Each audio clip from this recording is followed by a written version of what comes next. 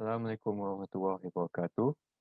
Hari ini saya, Fakri dan ahli kumpulan saya akan membentangkan tajuk kami iaitu Politik Malaysia sebelum dan selepas kemerdekaan.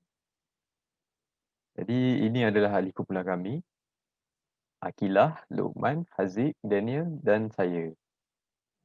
Jadi kandungan pembentangan kami pada hari ini adalah akan menyentuh keadaan masyarakat politik di Malaysia sebelum dan selepas merdeka.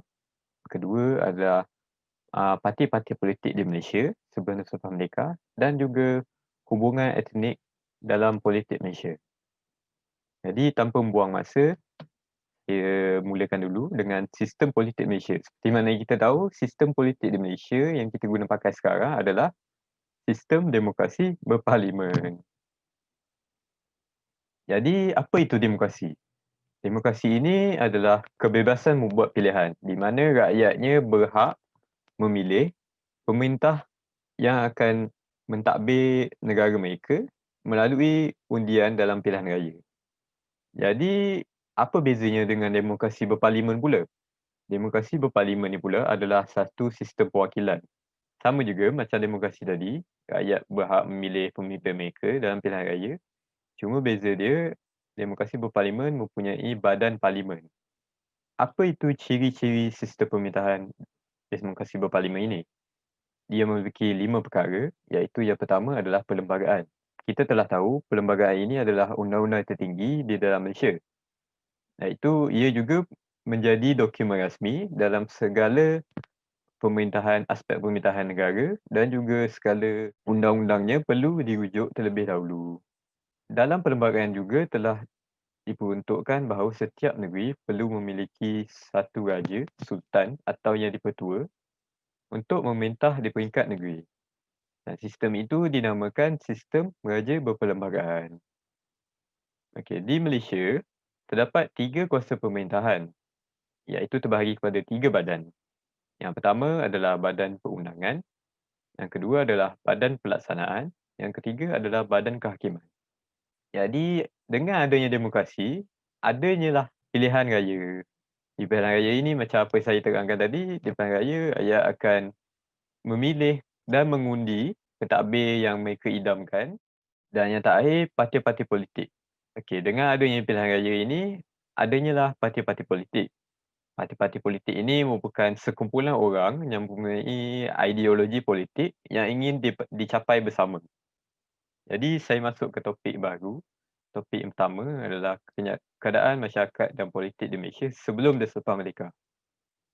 Jadi sebelum merdeka, tanah Melayu didiami oleh pelbagai jenis masyarakat, iaitu majoritinya daripada Cina, Melayu dan India.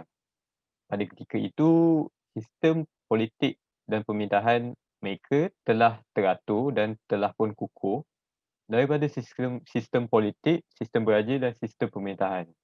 Pada ketika itu, sistem yang diguna pakai adalah sistem feudal, di mana golongan atasan akan memerintah golongan kelas bawahan. Dan apabila masa berlalu, sistem feudal ini telah melahirkan sistem pemerintahan beraja. Dan tidak lama juga selepas itu, British datang ke Tanah Melayu, Sabah dan Sarawak dan menerapkan sistem politik, sistem pemerintahan mereka sendiri. Pada ketika itu, mereka melaksanakan sistem pecah perintah dengan mengasingkan setiap etnik utama ke dalam penempatan yang berbeza. Jadi pada ketika itu, rakyat Malaysia juga, rakyat Tanah Melayu tidak bersetuju akan sistem pemerintahan politik British ini.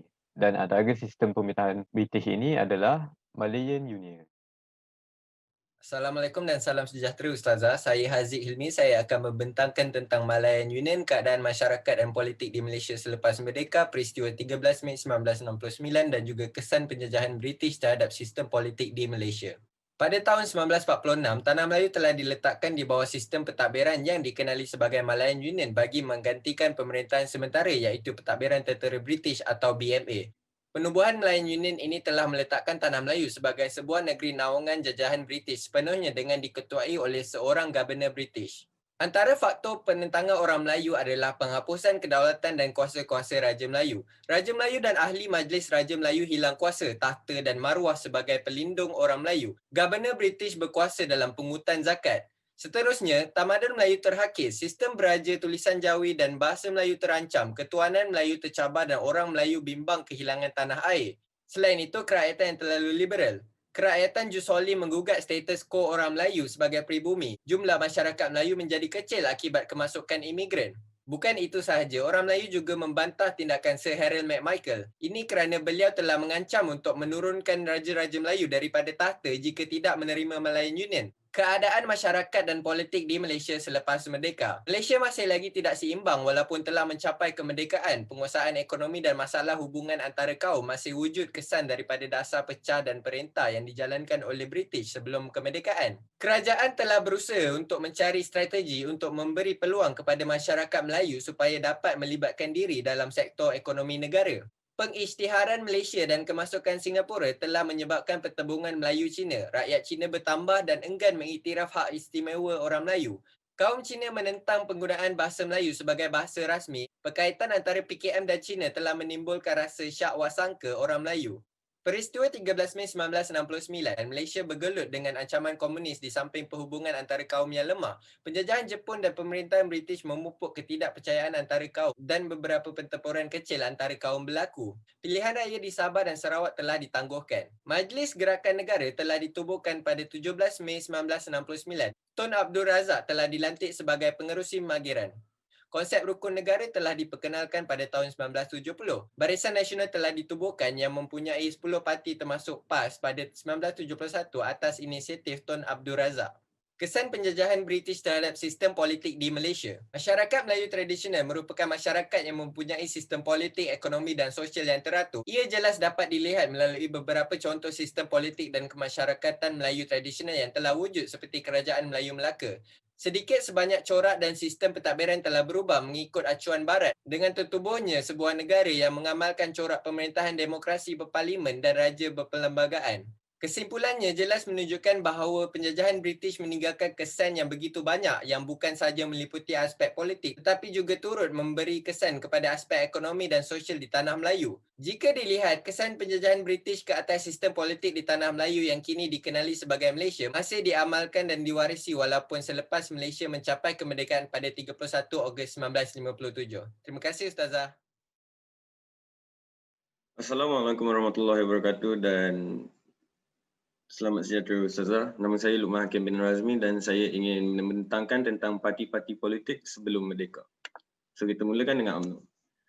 Pemberian kerakyatan berdasarkan Jusoli membuatkan orang Melayu tidak senang duduk. Bagi menunjukkan rasa tidak puas hati terhadap pembentukan kesatuan ini, sebuah perhimpunan yang diatur oleh Persatuan Melayu Selangor diadakan secara besar-besaran yang berlaku pada 1 hingga 4 Mac 1946 di Kelab Sultan Sulaiman, Kampung Baharu, Kuala Lumpur. Perhimpunan ini dikenali sebagai Kongres Melayu Semalaya dan diwakili oleh 41 wakil pertubuhan Melayu ketika itu. Datuk Wan bin Jaafar dari Persatuan Melayu Johor telah dilantik sebagai pengerusi kongres ini. Dalam perhimpunan ini, hampir semua wakil pertubuhan memberikan ucapan, termasuklah 2 orang wakil kanak-kanak dan 3 usul telah diluluskan oleh kongres tersebut, iaitu menubuhkan Pertubuhan Kebangsaan Melayu Bersatu, membantah Pertubuhan Malayan Union dan mengadakan derma pelajaran kebangsaan Melayu. Bagi menyediakan draft piagam atau perlembagaan UMNO untuk dibentangkan dan diterima oleh Kongres Melayu Semalaya kelak, satu jawatan kuasa telah dibentuk yang terdiri daripada Datuk Wan Jaafar, Datuk Panglima Bukit Gantang, Datuk Nik Ahmad Kamil dan juga Datuk Hamzah Abdullah dan Encik Zainal Abidin Ahmad. Orang Melayu dan pertubuhan-pertubuhan Melayu sangat berang dengan keputusan ini dan terus memberi tentangan terhadap Malayan Union. 5 minggu selepas penubuhannya, pada 11 Mei 1946 di Istana Besar Johor Bahru, Kongres Melayu Semalaya yang ketiga dan Perhimpunan Agung pertama UMNO telah diterima dan diluluskan oleh para peserta. Dan dengan perhubungan perhimpunan pertama ini, maka terbentuklah UMNO secara rasminya. Pada mulanya, Datuk Wan mencadangkan nama Pertubuhan Melayu Bersatu, namun Pendeta Zakbar mencadangkan supaya perkataan kebangsaan ditambah bagi mencerminkan dasar pertubuhan yang lebih merangkumi seluruh negara. Cadangan tersebut mendapat persetujuan ramai dan nama UMO telah ditukarkan kepada UMNO. UMNO juga dikenali ketika itu sebagai perkembar. MCA, Malaysian Chinese Association. Persatuan Cina Malaya MCA pada asalnya ditubuhkan untuk membantu masyarakat Cina yang ditempatkan semula dalam usaha kerajaan memerangi dan komunis di Melaya. Antara tindakan yang dilakukan di dalam rancangan BRICS adalah memindahkan penduduk Cina dari kawasan-kawasan terpencil yang bertaburan dan menetapkan mereka di kawasan penempatan semula atau di kampung baru. Rancangan BRICS yang dilancarkan oleh Sir Henry Gurney adalah untuk melindungi masyarakat Cina dari diugut oleh komunis untuk memberi maklumat dan bekalan makanan serta ubatan-ubatan seterusnya untuk melumpuhkan kegiatan mereka. MCA telah banyak membantu dengan mengambil langkah-langkah segera dengan menyediakan rumah, makanan, perubatan dan bantuan kewangan. Selepas penempatan semula, MCA juga telah membantu menyediakan kemudahan elektrik dan air untuk kampung-kampung baru tersebut. Sekolah-sekolah rendah Cina dan perpustakaan juga dibina untuk kegunaan masyarakat Cina. Persatuan Cina Malaya MCA yang ditubuhkan pada 27 Februari 1949 telah melantik Sir Tun Tan Chen Lock telah menjadi Presiden yang pertama, Yong Shuk Lim sebagai Setiausaha Terhormat dan Hock T.E. sebagai Bendahari Terhormat. Pemimpin-pemimpin pengasas lain termasuk H.S. Lee, Pengerusi Jawatan Kuasa Kecil Politik, Pemuda Wanita, Tan Siew Sin, Pengerusi Jawatan Kuasa Kecil Publicity dan Leong Chong Lang, Pengerusi Jawatan Kuasa Kecil Kebajikan Sosial dan Budaya. Pada peringkat awal penubuhannya, MCA lebih menjurus sebagai pertubuhan kebajikan. Namun, pada tahun 1952, ia telah menjadi sebuah parti politik dengan menyertai Perikatan UMNO MCA bagi tujuan memenangi pilihan raya Perbandaran Kuala Lumpur. Kerjasama tersebut telah menerima sokongan kuat dan memenangi 94 daripada 124 kursi yang ditanding. Keputusan ini telah membina asas kepada pergabungan 3 parti yang dinamakan Parti Perikatan yang akan ditubuh pada masa depan. Berikutan daripada pemuafakatan ini, ianya telah membawa kepada kerjasama dalam perjuangan untuk memperolehi kemerdekaan negara pada 31 Ogos 1957. Sesuai dengan penubuhan Malaysia, kini Persatuan Cina Malaya dikenali sebagai Persatuan Cina Malaysia atau Malaysian Chinese Association. Assalamualaikum Ustazah Damia. Nama saya ialah Akila binti Mazuki dan saya akan menerangkan tentang parti. Assalamualaikum Ustazah Damia. Nama saya ialah Akila binti Mazuki dan saya akan menerangkan tentang parti-parti politik Malaysia selepas kemerdekaan.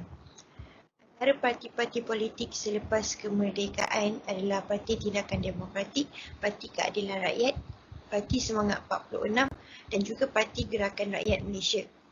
Yang pertama adalah Parti Tindakan Demokratik iaitu DAP.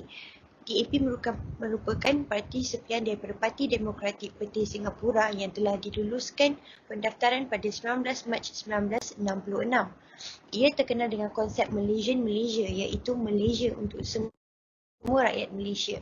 Parti ini komited terhadap perjuangan untuk sebuah Malaysian Malaysia yang bebas, berunsurkan sosialisme demokratik dan juga berdasarkan prinsip-prinsip hak asasi manusia. DAP merupakan parti demokratik sosial yang berideologikan negara yang bebas. Kedua adalah berpaksi keadilan kaum dan kesaksamaan sosial dan ekonomi yang berasaskan institusi demokrasi berparlimen. Seterusnya adalah Parti Keadilan Rakyat iaitu PKR.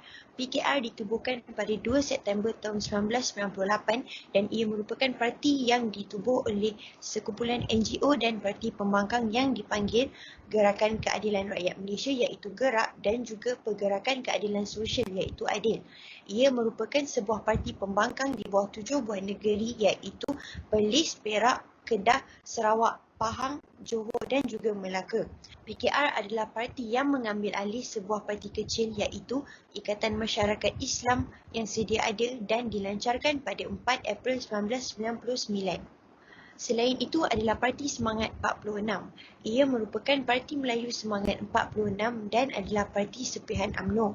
Parti ini diketuai oleh Tengku Razali Hamzah dan ia berfungsi sebagai parti yang menaikkan semula semangat orang Melayu yang didakwa telah hilang daripada UMNO ketika zaman kepimpinan Dr. Mahathir Mohamad. Walau bagaimanapun, parti ini telah dibubarkan selepas kekalahan mereka dalam pilihan raya Parlimen tahun 1994. Akhir sekali adalah Parti Gerakan Rakyat Malaysia iaitu Gerakan.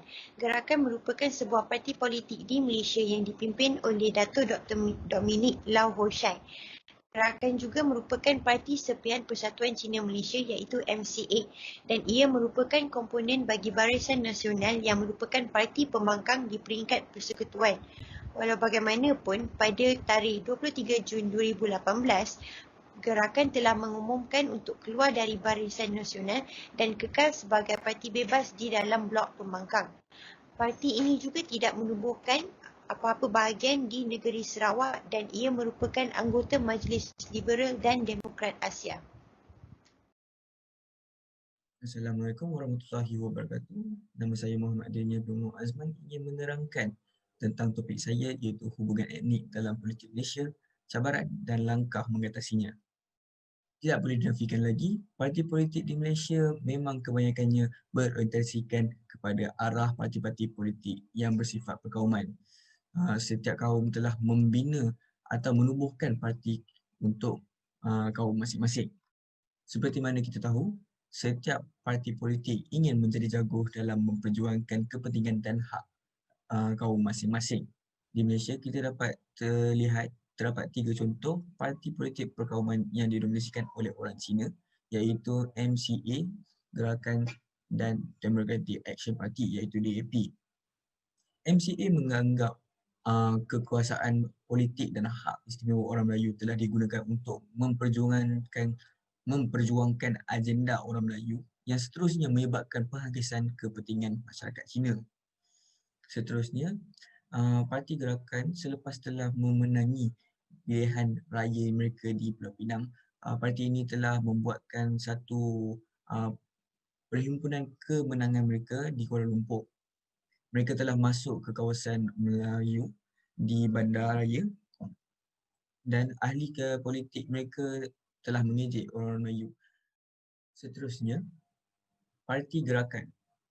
Parti Gerakan telah memenangi pilihan raya mereka di Pulau Pinang. Selepas memenangi, mereka telah mengadakan perhimpunan kemenangan di Kuala Lumpur. Mereka telah masuk ke kawasan orang-orang Melayu di Bandaraya dan ahli-ahli politik mereka telah mengejek orang-orang Melayu dan menyebabkan beberapa implikasi yang telah berlaku pada waktu itu. Kemudian, DAP. Parti DAP telah memperjuangkan agenda mereka iaitu yang bertunjangkan prinsip kesamarataan tanpa adanya hak-hak dan kemudahan istimewa kalangan orang Melayu. Ini telah menyemarakkan kemarahan orang-orang Melayu yang berada di Malaysia. Langkah untuk mengatasi perkara ini ialah dengan memupukkan rukun negara pada setiap warga Malaysia. Rukun negara telah diwujudkan pada tahun 1970 bertujuan untuk mencapai satu pegangan atau pengertian asas terhadap aspirasi nasional di antara pelbagai kaum di Malaysia tanpa mengira asal-usul dan keturunan masing-masing. Konsep yang terdapat di dalam ideologi negara ini harus difahami dan dihayati bagi memupukkan semangat paduan masyarakat pelbagai kaum di negara ini. Antara contoh yang boleh dilakukan untuk mencapaikan perkara tersebut ialah dengan setiap institusi pendidikan melakukan aktiviti bersama pelajar mereka dalam membuat video refleksi diri yang menerangkan tentang impak dan kesan rukun negara terhadap mereka dan kaum yang lain. Seterusnya, membubarkan sekolah jenis vernacular. Penggabungan sekolah jenis kebangsaan dan agama adalah cara terbaik untuk meningkatkan penguasaan bahasa Melayu dan menggalakkan perpaduan dalam kalangan berbilang bangsa di negara ini. Banyak kejayaan yang kita boleh perolehi dari sekolah aliran ini, terutamanya dari aspek perpaduan serta membentuk satu identiti nasional kepada murid-murid dalam satu acuan sama, di mana mereka telah membesar daripada sekolah rendah hingga ke sekolah menengah bersama dan dapat menghasilkan satu ikatan di antara kaum yang boleh menghasilkan keharmonian yang berpanjangan. Kesimpulannya, terdapat banyak perbezaan antara dua-dua garis masa politik ini. Di mana sebelum politik Malaysia lebih memfokuskan tentang penyatuan kaum untuk melawan penjajah seperti British. Dan selepas mereka pula, ia menekankan tentang hak-hak etnik dan berjuang untuk perpaduan kaum di negara ini. Kalau tiada apa-apa, saya undur diri dulu. Sekian, terima kasih.